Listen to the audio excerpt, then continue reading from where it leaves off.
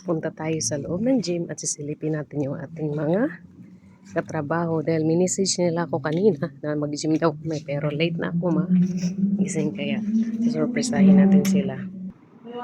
Magandang takbo nyo dito.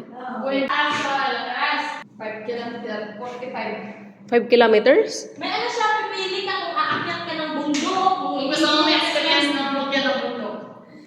Kaya may iikot ka sa ano. Kailangan ko Meron train, ano mo. Naka-on ba yan, Ading? Hindi. Kung sanggala, ano lang pala yan? Ano lang siya man eh. It's a fake. Paano to? Sa paa. Sa paa lang yan. Ganyan ka na 2 minutes. Diba? Sana all, sana all.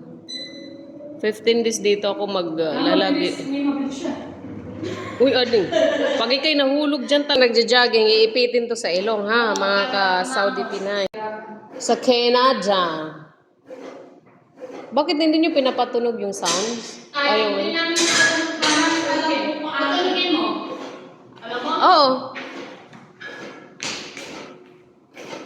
Dito ko na lang naranasan na bumuka ka.